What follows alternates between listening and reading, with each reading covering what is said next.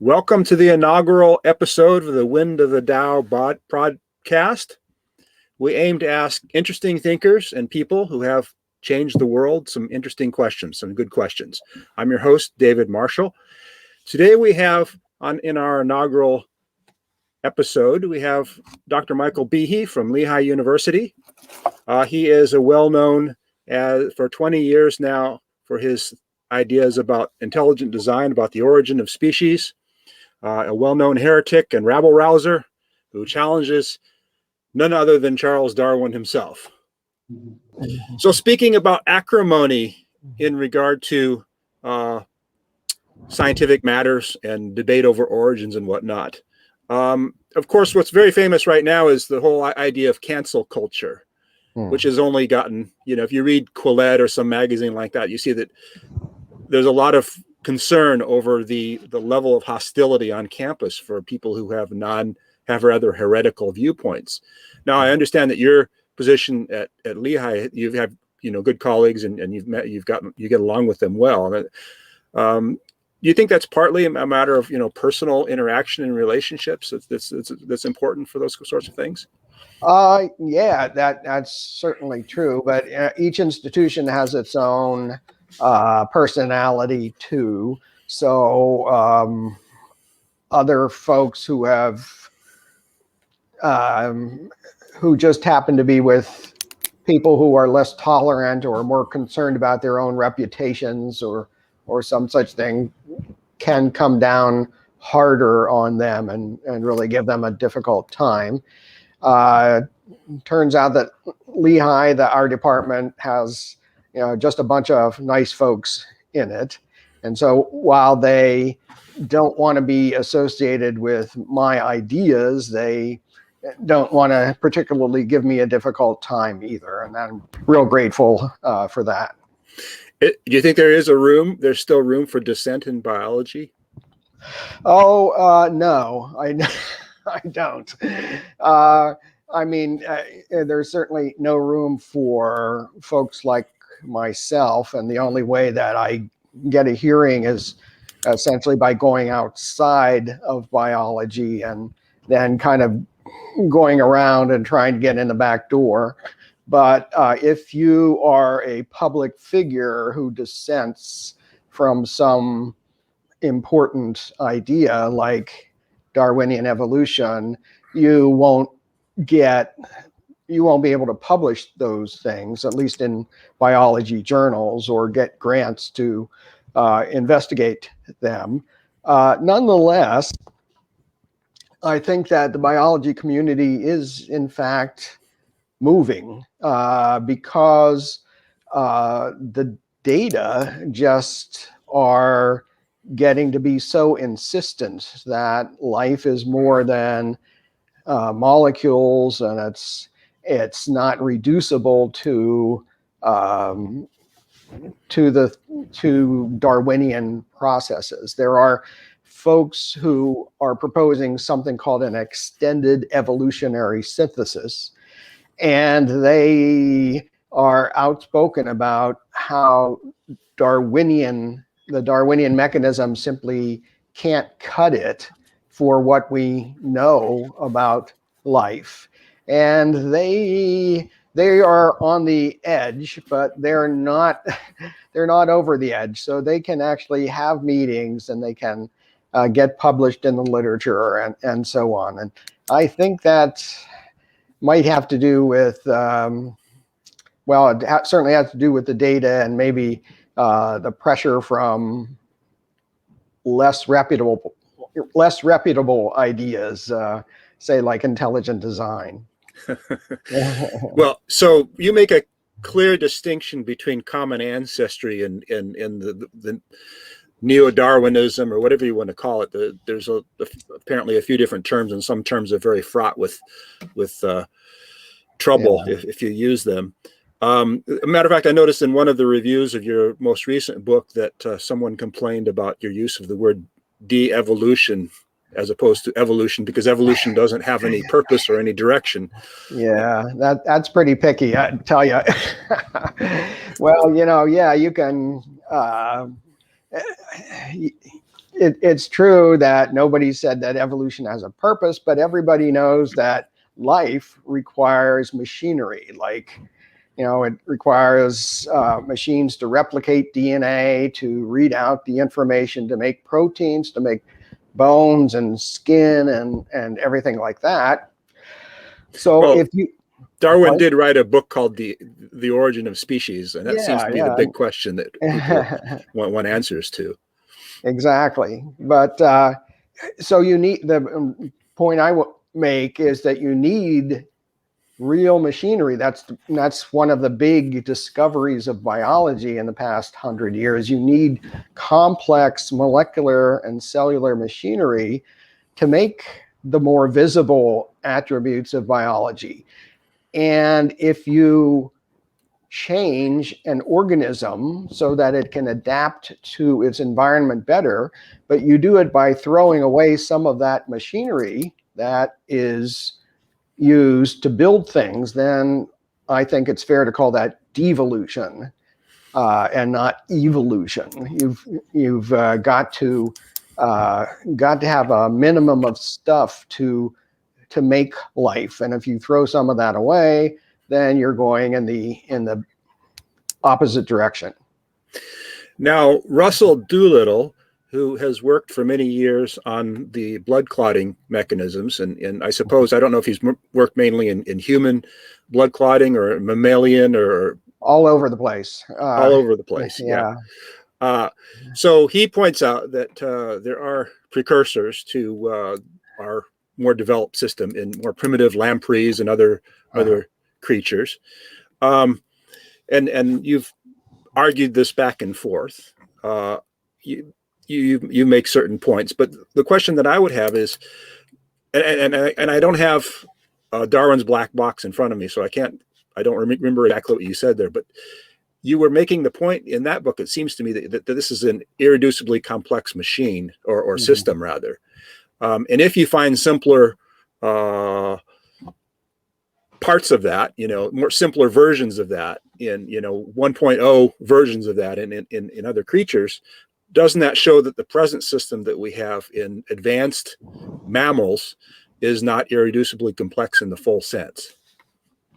Yeah. Well, yeah, I dealt with that in Darwin's black box. I talked about that. I said that, yeah, well, suppose you had a simpler system, one that just has, a clotting material and something that'll turn the clotting material on so that it aggregates, and something that will act on that. Even with the basic one, you still got multiple parts, and you've still got to you still have to have a complex system. You can always make it more complex, and in higher animals, mammals, and so on, you've got more than a minimum number of parts. But as you add a new part, you've still got to deal with, in theory, if you add a new part, you've still got to deal with several things, like not having the clotting go to when you don't want it to occur, and making sure that it does go when it needs to occur. It's hard to explain in a short time, but I've kind of likened. And without pictures for dummies too, of course. Yeah. I've likened it to a canal, a ship's canal, something like the Panama Canal. And there are a number of locks where a ship goes in and water is pumped up in the next one. And then when the levels get to be correct, then the gates are open and the ship goes out. And then it's in another lock and it does the same thing. Well, you can do that with just one lock. But if you're going to add another lock too, you've got a bunch of stuff that you've got to add. You've got to add the metal gate and the pumps and other things too. So I guess the point is that this is so complex that even each step of an increasingly complex cascade, like the blood clotting cascade, will be irreducibly complex and will give problems to a Darwinian process. So you don't feel like Doolittle's responses have really made any headway against your argument then? No, I think that he's just not attending to the difficulties. Nobody wants one rhetorical problem in this discussion is that Darwinists want you to think that it's real easy and real simple to uh, to evolve something complex, and so it's in their interest to skip over problems and not to point out difficulties. Whereas me, an ID person who wants to say that the Darwinian process is going to run into trouble, you've got to dwell on all the detail, all the problems that it would run into. And so people don't like that. they don't like to have to pay attention to all these details. It's a lot easier to listen to a story about, fish with little stubby legs kind of crawling up on a beach than to deal with the molecular details. But in my new book, Darwin Devolves, I discussed the blood clotting system that Russell Doolittle's response. And one thing, I point out that problems with his answer and something new that is that when you're trying to change something like the blood clotting system, you can either A, make it faster, or B, make it slower in response to, say, a cut. And if you have a blood clotting system already, it's a lot easier to make it faster by breaking or damaging a factor that is supposed to slow it down. And to make it slower, you can damage a factor that's supposed to speed it up in your already existing system.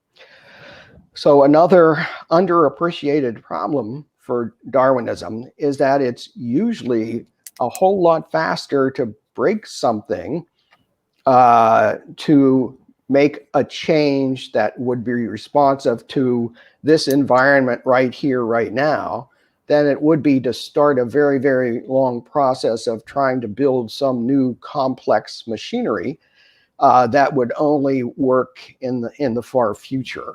And folks like Russell Doolittle and pretty much all Darwinists don't give that difficulty any thought whatsoever. Maybe a very brief summary of how your own thinking has evolved from edge of evolution, pun intended, of course, from Darwin's black box to edge of evolution to Darwin descends. Could you tell us? Okay. Yeah, sure. In a nutshell, my thinking has gotten that the more is known and the more I think about it, the less and less and less I think Darwin's mechanism explains. In Darwin's black box, I pointed out the very complex systems at the molecular level of life, things like the blood clotting system and the bacterial flagellum and intracellular transport and all these little machines that were needed, and it needed multiple parts to work. And I said, since Darwin's mechanism has to work in a gradual fashion, changing one little thing at a time, those things aren't amenable to being built by Darwin's mechanism. So that's kind of where I left it. We found things that, are really obstacles to Darwinian evolution, but I didn't say what could evolutionary processes do. Certainly Darwin's mechanism can do some things. We have antibiotic resistance. We got sickle cell mutation, which can help against malaria and so on. So from that point on, from my first book, I looked to see, well, how much can Darwin's Mechanism Explained. And in my second book, Edge of Evolution, I used what was malaria and exactly, HIV and things like that. Exactly. That data was new at the time, and I showed that even tiny changes, if you needed two at once, then Darwin's mechanism was, very, very greatly slowed down. If you need just one mutation to get some effect, well, Darwin's mechanism is exactly what you want. But if you need two, and the first one doesn't help until the second one comes along, then natural selection doesn't kick in until this other one comes along. And it turns out that exponentially increases the difficulty of making something by random mutation and natural selection.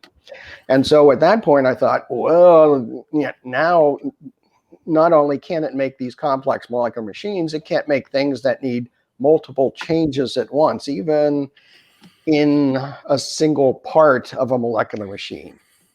And finally, in the book Darwin Devolves, that came out in 2019, I wrote about even newer results that tracked down mutations that helped organisms survive, that were beneficial, which are showing up in nature and in lab experiments. And it turns out that they were ones which broke genes that were already there, or either broke them outright or degraded them. And so there was this whole new phenomenon that even I didn't suspect, and that is that Darwin's mechanism, it works, but it mostly works by throwing out genetic information that was already there. And it's kind of like throwing complex machinery overboard of a sinking ship to lighten the ship and maybe allow it to get to shore. And that can help an organism in the moment, but it's not building anything. The experiment that you cite, one of the experiments you cite, and that I've been following for quite a while too, even though I can't remember the guy's name, Lenski or Lusky. Lenski, yeah. Lenski, okay. I had right. His experiment with 12 flasks, 12 strains of E. coli. Now, some people would say that your description of that is unfair because this is, very artificial and very constrained environment. And one would expect more evolution. The purpose isn't to, give them all kinds of stimulants and sorts of environments in which they can evolve randomly. But also the argument is made that actually there have been quite a few mutations to, I think, to the cell wall and to different things in the E. coli. Mm-hmm. But I have a bigger question than that, and that is more philosophical and kind of, I think, might undermine the whole idea of intelligent design in a sense, or at least how well we can tell if it's actually occurring. Why wouldn't God, create something new, or the designer create something new in Lenski's flasks, or in the Great Lakes of Africa, where, what do you call it? Chitchlins? They look kind of like perch to me. Cichlids. Cichlids. I don't know how to pronounce. Cichlids. I mean, they speciate into a couple hundred different species or so. You say, but they don't. You argue go beyond the species level or the genre level, but they don't go to the class level of speciation or different. Well, why wouldn't they?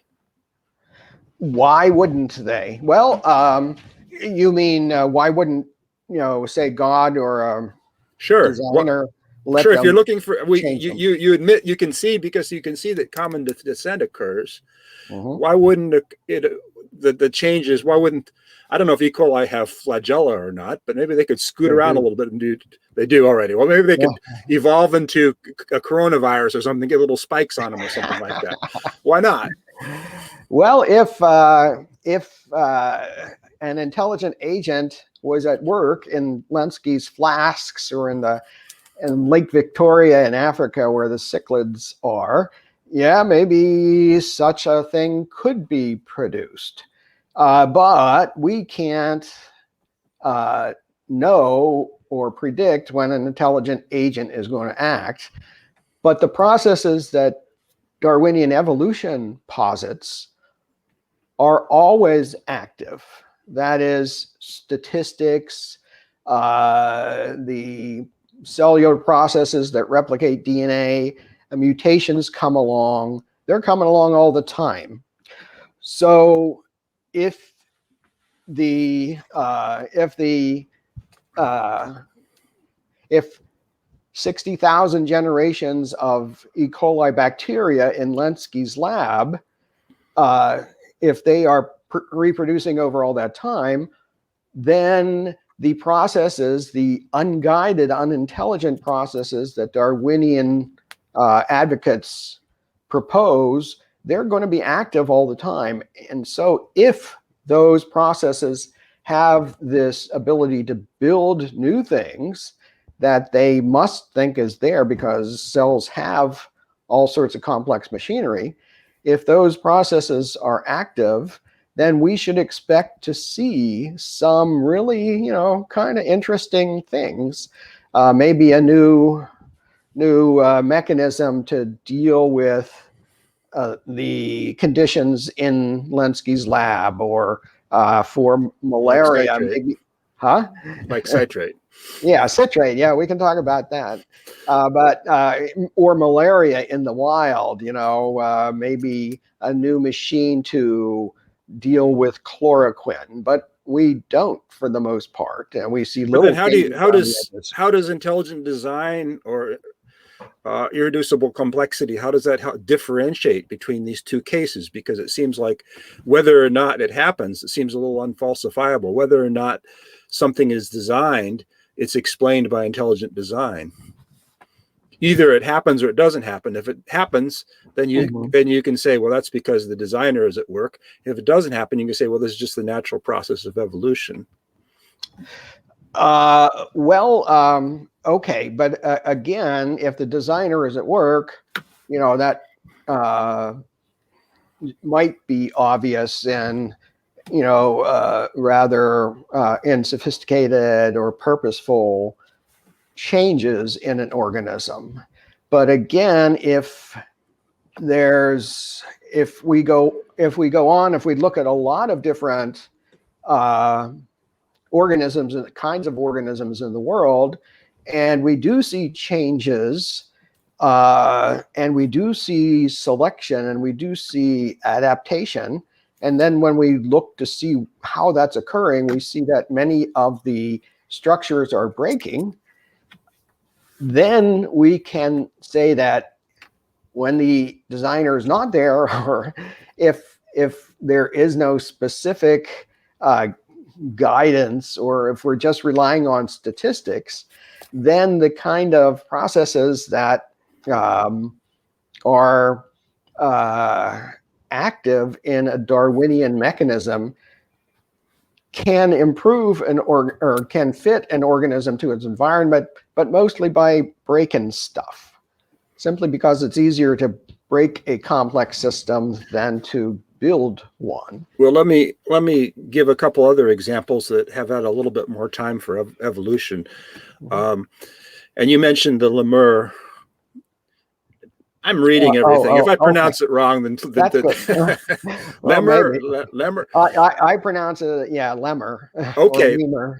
The lemur. That's probably right. I mean, I just read everything. I don't know what it sounds like. Yeah. I just teach English. I don't know how to use the language. It's like Joseph Conrad was like that. I read the Polish writer. Lemur of Madagascar has apparently been there for something like 50 million years or so.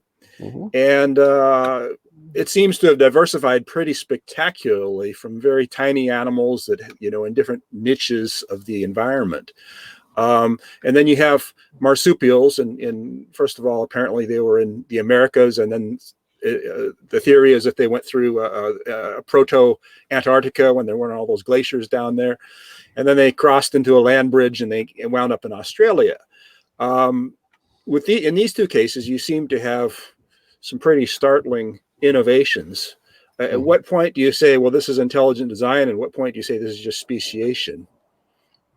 Well, that's a good question, and the answer is that you have to first determine what's going on at the molecular level.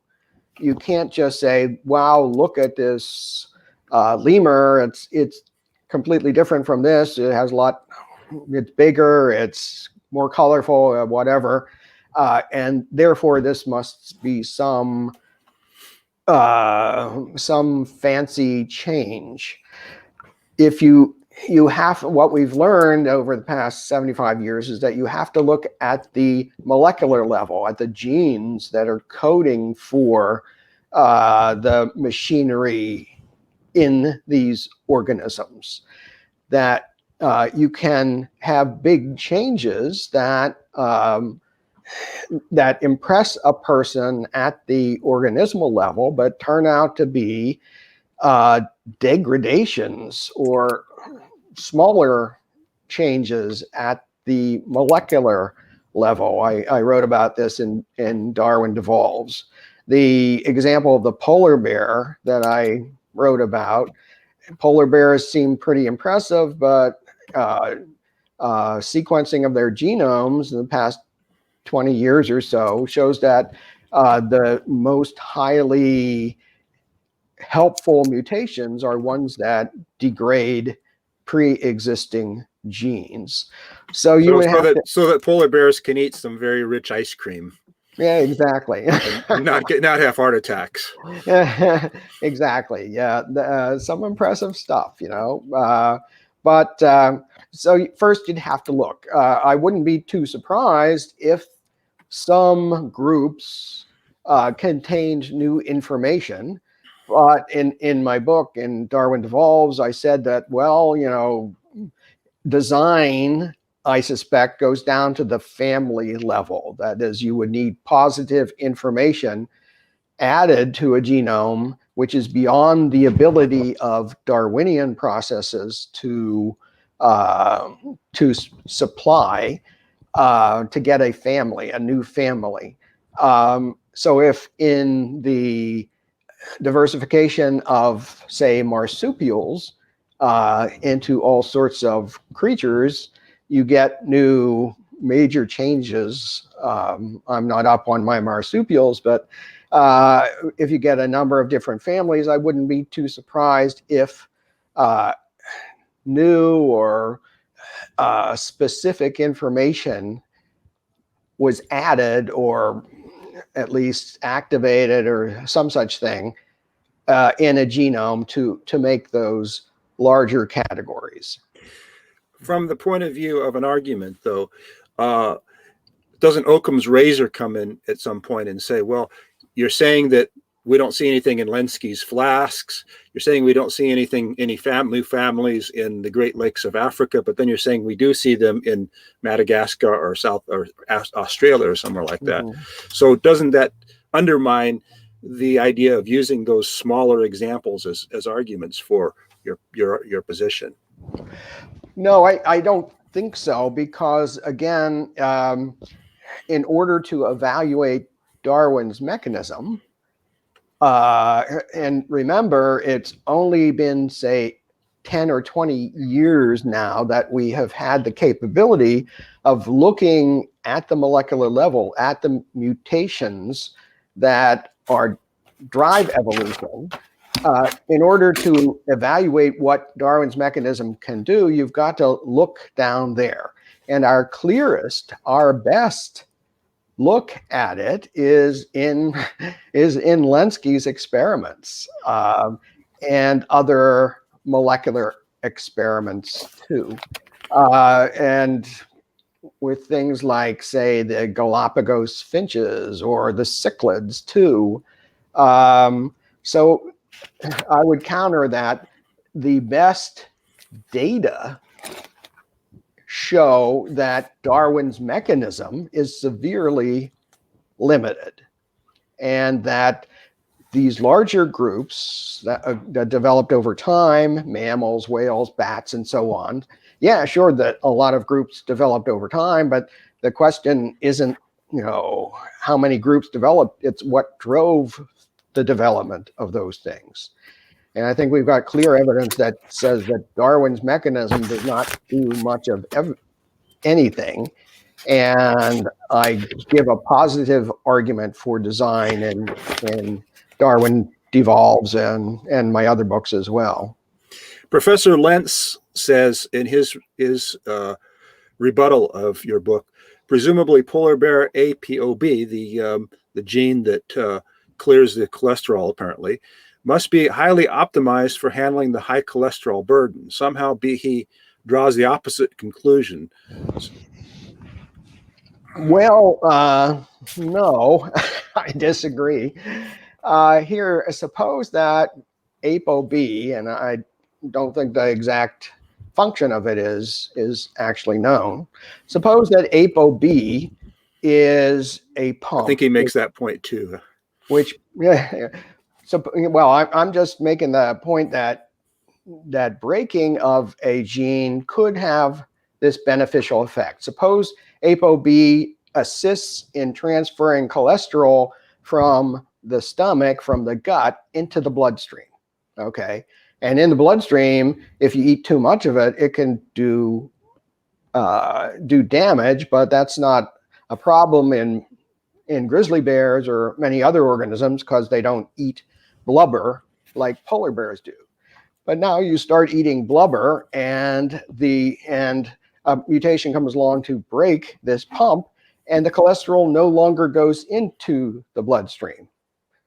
Okay, then it wouldn't be fine tuning it to prevent cholesterol from increasing in a polar bear's bloodstream. It would be because of a damage to the pre-existing machinery. So does the cholesterol help the grizzly bear in some way? Does cholesterol, well, grizzly bears, like all mammals, needs cholesterol to live, but people can make their own cholesterol, and mammals can make their own cholesterol, and they can also eat it. So one problem is if you eat too much of it, of course, you get heart attacks. But the polar bear is being assisted apparently by not being able to absorb as much cholesterol as other organisms do.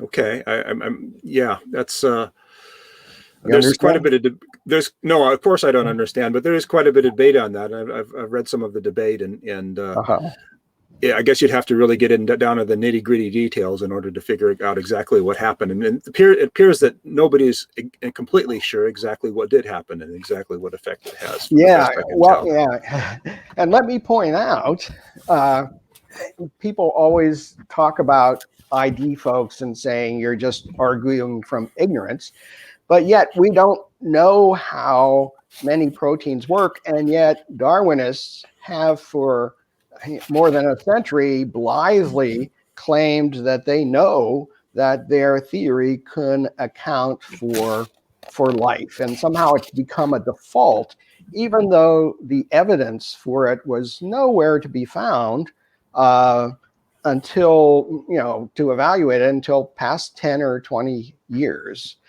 And so when we think about preconceptions and so on, we should realize that Darwin's theory kind of became the default without ever showing that it could do what it claimed to do.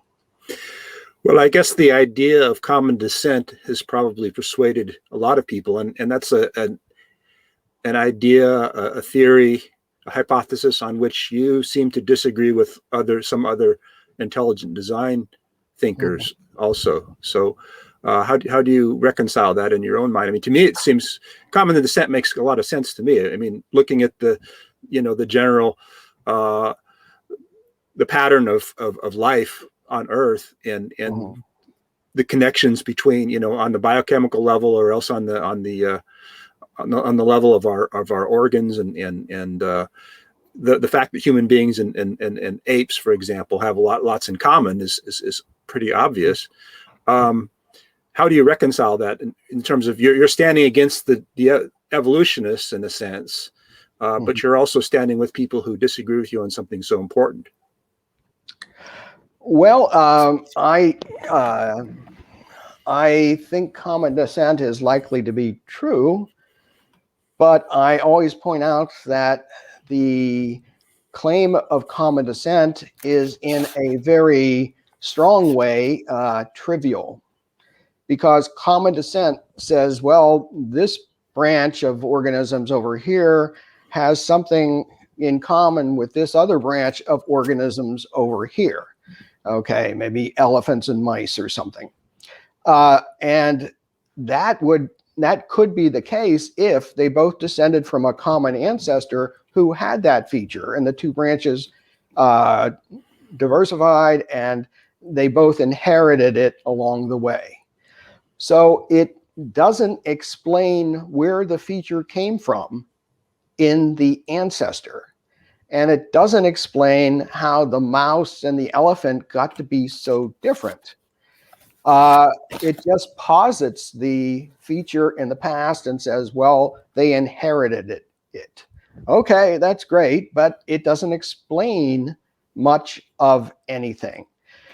To me, 99% of the philosophical and scientific importance of Darwin's theory is not common descent. It's the assertion that this could happen without any intelligent input, with just random changes plus natural selection.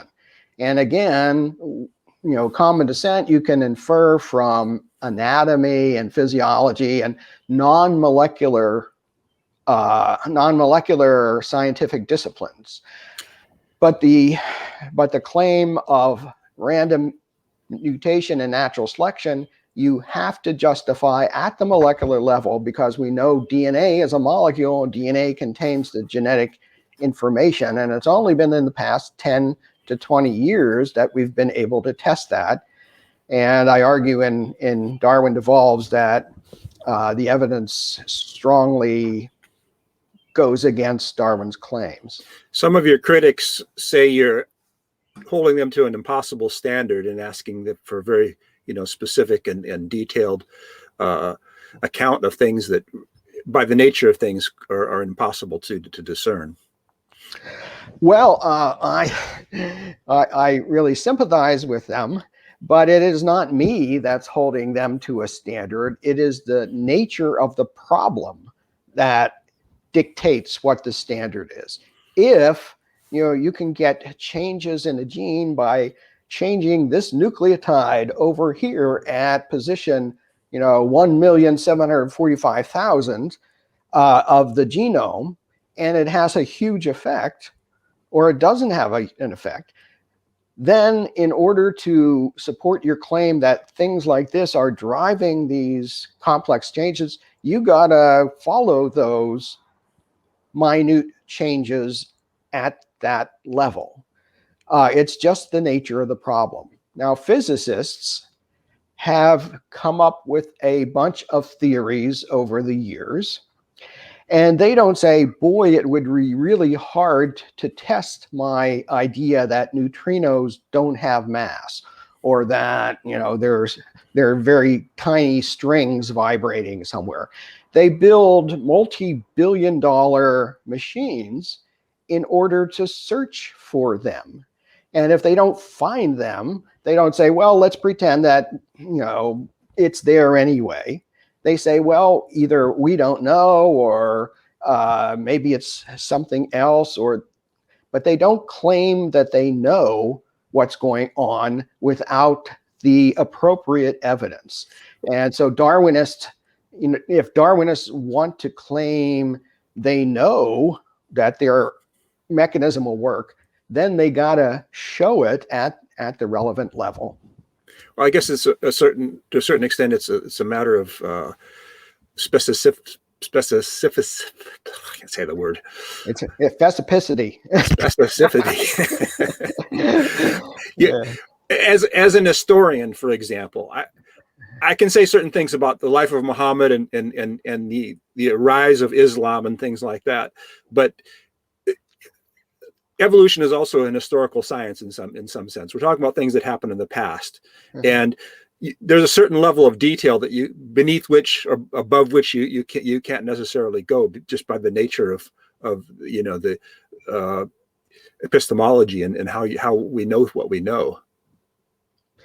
Yeah, that's fine, but in science, before the invention of the telescope, if you wanted to describe the universe and how it got to be the way it was, well, you can invoke some principles, but then after you get, and that, I should say, that would be historic. If you think the universe had a beginning and it came to what we see now with our eyeballs, you could come up with a scenario. But then when the telescope is invented and you can see a lot more, now you've got to revise your idea of what happened in the past to make the universe what it is that we see today. And then when you get even further advances in physics and astronomy, your idea of what happened in the past has to change to accommodate those two. So Darwin's theory and evolution in general is indeed a theory about what happened in the past. But if we now learn that, that the life is not just some gooey stuff that coalesces into, an organism, that the cell is not protoplasm, it's chock full of sophisticated machines, that there's all this genetic information. If we see that random mutations much more often break stuff than make stuff, if we see that the machinery of the cell, doesn't look like it can be made continuously in the numerous successive slight modifications that Darwin talked about, then we have to reevaluate what we think the past events that led up to the present. Have you ever read the Chronicles of Narnia? Yes, liked it. Who's your favorite character? Let's see. I liked what's the name of the kid who ate the candy and became a slave, and Edmund. Edmund, yeah. Why? I sympathize with him. I'd mess up too. Okay. Well, you betrayed your sister and your brother. I hope not. If you remember in the Magician's Nephew, which is not chronologically the first book, but it's the first book in the history of Narnia. It tells how Narnia came into being. Yes. And in that story, you have the lion Aslan singing a song. And as he sings the song, things start popping up. You have humps appearing in the ground, and out of the humps come elephants and ravens and other animals. You have a song that brings primroses across the grass, and a very lilting, high, silvery song that causes the stars to come into the firmament.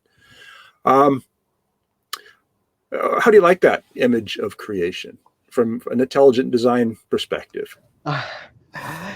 It's very poetic. I really like it. I mean, in the Bible, it says that the earth brought forth organisms. Earth brought forth the various creatures, and so I think C.S. Lewis was, playing off of that and having the earth give rise to the organisms, and it's very poetic. Okay, so what's the trap here? There's no trap. I am trying to figure out what you think happened, and honestly, I'm trying to figure out what happened myself. I'm come to this interview as somebody who has more questions than answers. Even though I've been following this issue for many years, actually since I was a teenager. Mm-hmm. How did life come into being. In your view, how here we have marsupials in Australia Mhm. coming out of their humps. We have at some point creatures are beginning to gain new functions and being classified as families and as higher levels of creatures. Uh-huh. Does Lewis's image, how does that relate on a conceptual or even on a more detailed level? How does it relate to your view of how life came into being? Okay, well, the short answer is I don't know. I don't know. I don't think we have enough information, enough data to be able to say with any certainty exactly what went on. As far as I'm concerned, the different organisms, different branches of living things could have been made in a puff of smoke for all I care. Or there might have been a cell in the beginning with all sorts of information that unfolded over time, but it wasn't random. It was, information there from the beginning. Or, life might be guided, who knows? Michael Denton's perspective, that second one, is something. In a way, yeah, in a way. He's got a few differences, but so the long and the short is I don't know, but I like the image of the singing and organisms come out, but you need a few more details. But I always, when people ask me this, I always say the nice thing about intelligent design is that you don't have to know the history of a system or something that you're looking at. If you look at the Mona Lisa, you don't have to know who painted it, when it was painted, anything like that. You don't have to know if it's a forgery or not. You can tell it was purposely made. It's not just splatters of paint. If you look at Mount Rushmore, famous example, you don't have to know when it was made. And for all you know, if you hadn't heard about it before, it might have been made 1,000,000 years ago, or space aliens could have blasted it out of the rock or something. But you can tell just by looking at it that it was purposely designed, because you see the arrangement of the parts of the system, rocks for noses and eyes and so on, that have been arranged for the purpose of portraying images. Or if you see a mousetrap, you can see its purpose in the arrangement of the parts of it. It turns out, I have been thinking, that the only way we recognize the work of a mind is through the purposeful arrangement of parts. We can't read minds. So if somebody you've never met is sitting there just staring into space, you don't know if they've got an active mind or not. For all you know, they can be in a coma. But if they start to write down something, you can tell by the purpose. If it's letters, you can tell by the purposeful arrangement of letters, what their intelligence might be. If they just kind of scribble, then you can't tell. Similarly, if you come across something in the woods or in a heath, if you see a watch, you can tell. Watch, yes. William Hanley The says. famous watch. Yeah, and he's exactly right on that score, because when you see things put in relation to each other, parts put into relation with each other for a purpose, you always think it's the work of a mind, because minds can have purposes. We don't know of it. Nothing else can have a purpose but an intelligence. And we see purpose, everywhere we look in life, especially now that we can see at the molecular foundation of life. We see it there too. Well, that kind of leads me into my last question, which something that you brought up in Darwin Devolves. You talked about Richard Dawkins and the fact that he is, or was rather, the Charles Simonyi Professor of the Public Understanding of Science. But he also, and this is something that you see with other writers as well, seems somewhat dismissive of intelligence. He talked about, if a swift, if a bird, the swift, were deciding who was intelligent, who was the pinnacle of creation, well, he would say the whatever animal can fly the furthest, and the elephant would say, well, whichever animal has the longest nose. And I think you answered that pretty well. I liked your answer to that challenge. Thank you. Yeah, I wrote that. He said if a swift could, regard, who was the best, the greatest evolved, he would say, things that could fly the fastest or whatever. And I said, how is a swift going to regard anything? Is it going to regard with its wings?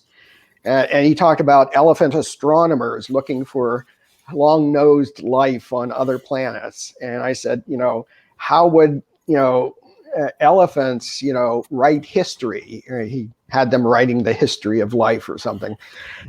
And my point was that with all of these things, mind is the foundation. You can't have any science, you can't have any self-awareness, you can't have any best or worst unless you have a mind.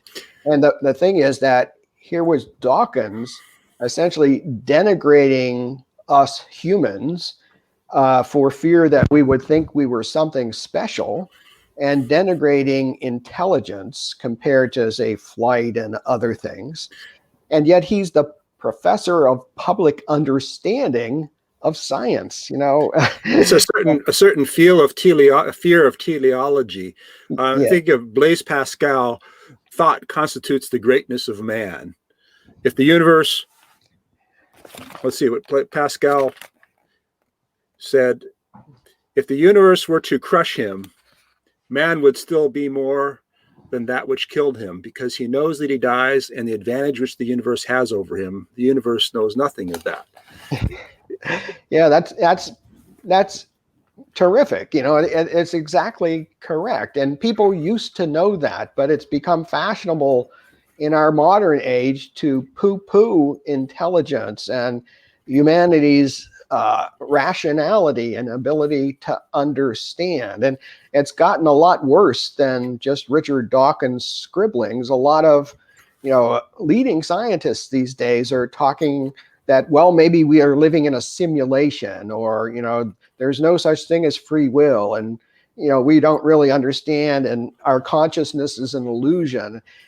And, that's throwing away the greatest ability in the universe, the ability to understand.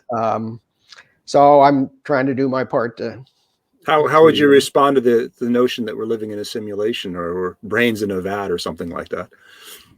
Well, I would say that that the Matrix number one, that's despair. If that's the case, you can't know anything. You can't know you can't know reality from anything else. And the interesting thing about scientists who propose this is that it utterly destroys science. That is, if you're living in a simulation, people talk about living in a simulation, and these advanced aliens somewhere have computers but why would you think computers would exist? Why would you think that the laws of physics are anything but illusions in our mind? Why would such things where you deny your mind, you have just cut yourself off from reality. And people who talk about simulations and our mind being determined by physical factors simply aren't thinking very deeply about the subject. Well, the relationship between faith and reason, it's this very delicate balance in my view, and we do live by faith, but it's a faith that's reasonable, and that begins with faith in the mind, or faith in God, one or the other. Yes. And has to build up from there. Well, Michael, I very, very much appreciate your taking the time to talk with me about this. I enjoyed Yeah, your book. Of thank course, you. want to toss up some challenges here and there, and I wish I were better informed to toss up stronger challenges. But maybe Yeah. I'm, Well, in the future, if you think of a few really good ones, I'd be happy to come back. I appreciate it very much. All right. Well, here we go.